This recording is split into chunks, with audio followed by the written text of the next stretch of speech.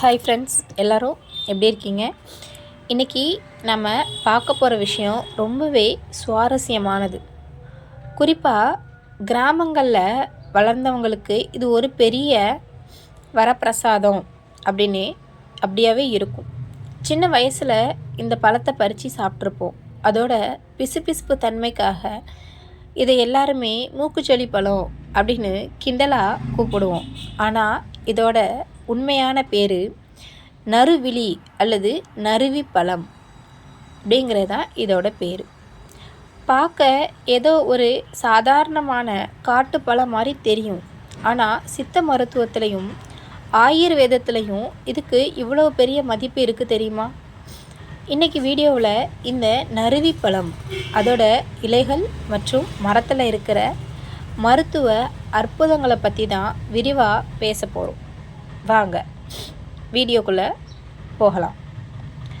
இந்த பழத்தோட நன்மையையும் சுவையையும் முதல்ல பார்த்துடலாம். இந்த பழத்தை பற்றி பார்ப்போம். காய் காய்க்கும்போது பச்சை நிறமாக இருக்கும்.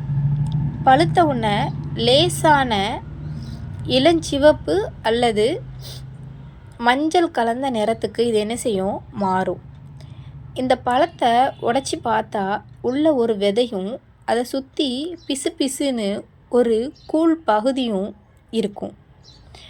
அந்த பிசுபிசுப்பு தன்மையைத்தான் மூக்குச்சொல்லி பழம் அப்படின்னு சொல்கிறாங்க. ஆனால் இதை சுவையை பார்த்திங்கன்னா லேசான இனிப்பும் துவர்ப்பும் கலந்த ரொம்பவே அருமையாக இருக்கும். பழத்தோட இந்த பிசுபிசுப்பான பசையை சின்ன வயசில் நம்ம நோட்டு புத்தகத்தில் ஒட்டுறதுக்கு கூட பசையாக கம் மாதிரி பயன்படுத்தியிருப்போம். பழம் மட்டும் இல்லாமல் இதோட காய்களை ஊறுகாய் செய்யவும் குழம்பு வைக்கவும் கூட கிராமங்களில் பயன்படுத்துவாங்க. இந்த பழத்தோட மருத்துவ குணங்களை பற்றி பார்ப்போம். சுவாச பிரச்சனை மற்றும் இருமல். இந்த பழத்தில் இருக்கிற இயற்கை பிசுபிசுப்பு தன்மை தொண்டை புண்ணு, வறட்டு இருமல், அதோட நெஞ்சி சளியையும் சரி பண்ண பெரிய உதவியாக இருக்கும். தொண்டையில் ஏற்படுற எரிச்சலை கூட இது உடனடியாக குறைக்கும். ரெண்டாவது, குடல் ஆரோக்கியம், அதோட மலச்சிக்கல். செரிமான பிரச்சனை உள்ளவங்களுக்கு, மலச்சிக்கலால் அவதிப்படுறவங்களுக்கும் இந்த பழம் ஒரு இயற்கை நிவாரணி. இது குடலை சுத்தப்படுத்தி செரிமான மண்டலத்தையும் சீராக்கிடும்.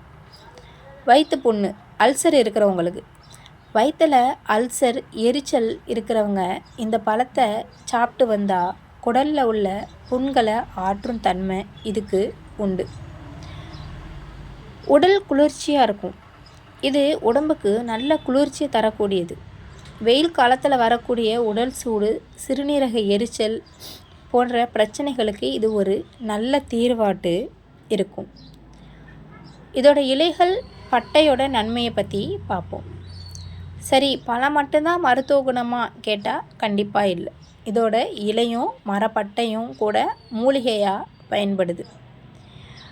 நறுவி மரத்தோட இலைகளை அரைச்சி காயங்கள், வீக்கங்கள் அல்லது தோல் வியாதிகள் இருக்கிற இடத்துல 10 போட்டால் வீக்கமும் வலியும் சீக்கிரமாக குறையும்.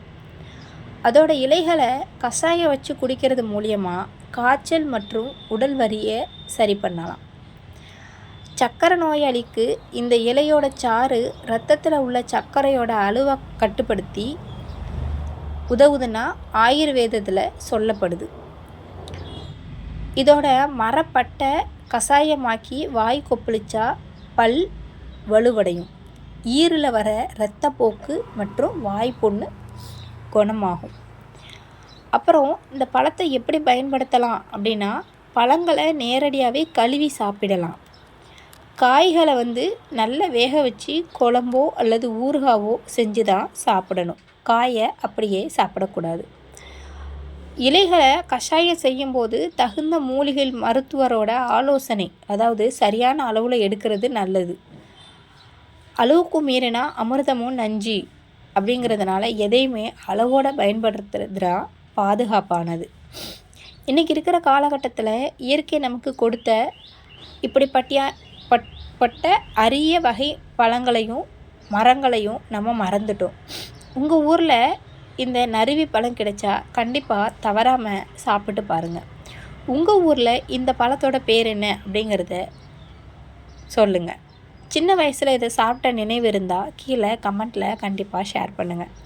இந்த தகவல் உங்களுக்கு பிடிச்சிருந்தா லைக் பண்ணுங்கள், உங்கள் ஃப்ரெண்ட்ஸுக்கும் ஷேர் பண்ணுங்கள். மறக்காமல் நம்ம சேனலை சப்ஸ்கிரைப் பண்ணி சப்போர்ட் பண்ணுங்கள். மீண்டும் அடுத்த வீடியோவில் சந்திக்கலாம். நன்றி.